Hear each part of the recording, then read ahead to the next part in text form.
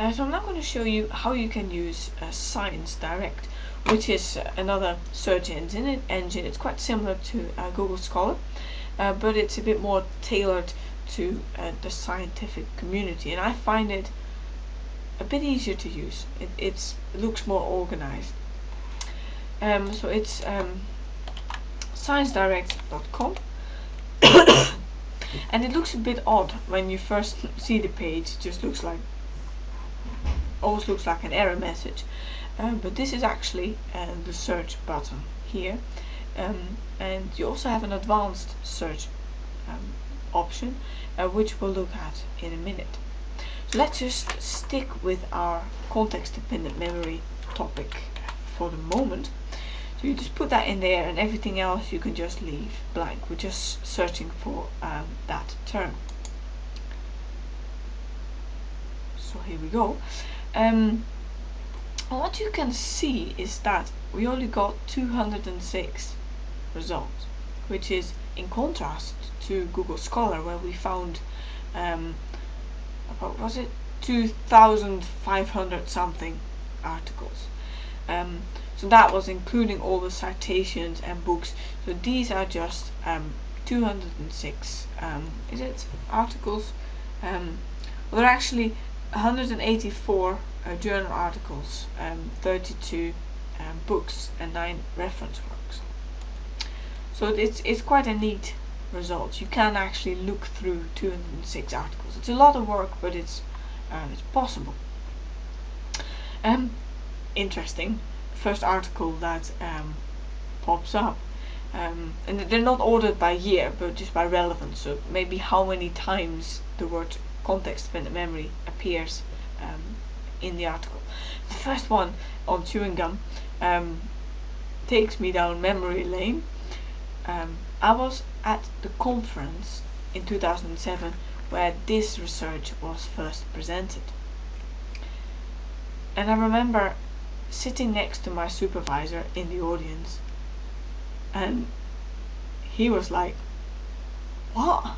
You can't be serious. This is not serious investigation. You can't look at chewing gum. What's this?" And of course, these two guys, Christopher Miles and Andrew Johnson, did investigate the effects of chewing gum on context-dependent memory, and they found some really cool results, which sparked a bit of a storm amongst us memory researchers, and some articles have been published about it since. So we'll look at that in a minute. Just a few things I want to show you on this page.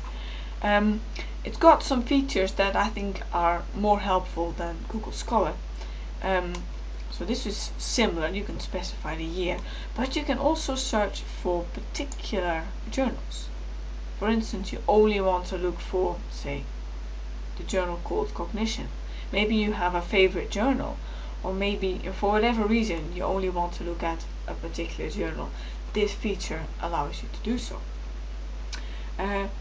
My favorite journal is the Journal of Consumer Psychology. I think I always get inspired when I read articles in there. It seems very relevant to our everyday life and behavior.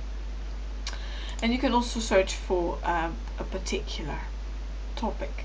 For instance, you only want to look for context-dependent memory in infants, then you can select that. And once you've selected it, you click on Apply Filters, and it'll show you only those articles. Now, something interesting you can do here is you can click on Abstract. So that'll tell you in under 150 words what the article is about. And the handy thing is you can do that for all of them, and it keeps them on the page. So you can very quickly see which articles are relevant for, say, your essay or your report, and which ones are not. Most articles are also available as a PDF. You can just click on the link. If they're not available as a PDF, then you can apply the same logic as we did for Google Scholar and just keep this page open. Also open the library page and search for the journal through eJournals. And I mentioned earlier on this thing, advanced search. So I'm interested in just looking at this, see what's been published since about chewing gum and context-dependent memory. So I want to look for that in particular. So I search for context-dependent memory and chewing gum. I only want journals and not books. It doesn't matter to me what science it is in. I mean, it's probably psychology, but it could be medicine, it could be biology or neurobiology or neuropsychology, and all years. Though I expect they will probably only be from 2007 onwards.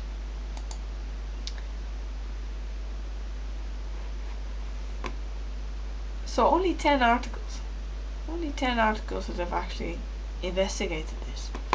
And interesting, you can look at the titles and that will give you some idea as to where the field has got to, and you can see that they're not in agreement at all.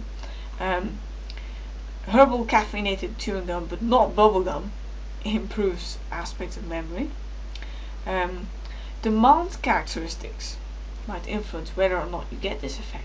Maybe knowing that the researcher thinks, oh, giving this chewing gum is going to make you do better. Maybe that makes you want to do better. And then you do better. So that's a demand characteristic. Chewing gum does not induce context-dependent memory when the flavor is held constant. Evidence against memorial facilitation. So clearly what this indicates is that there is not a definitive answer yet. So you could bear this in mind if you do your level 4 thesis. Let me know if you're interested in doing that. I'm certainly up for being your supervisor on that. It sounds really, really interesting. So those are all the features that I wanted to show you about Science Direct. Do try it out because it is really quite useful. So I hope you found this helpful.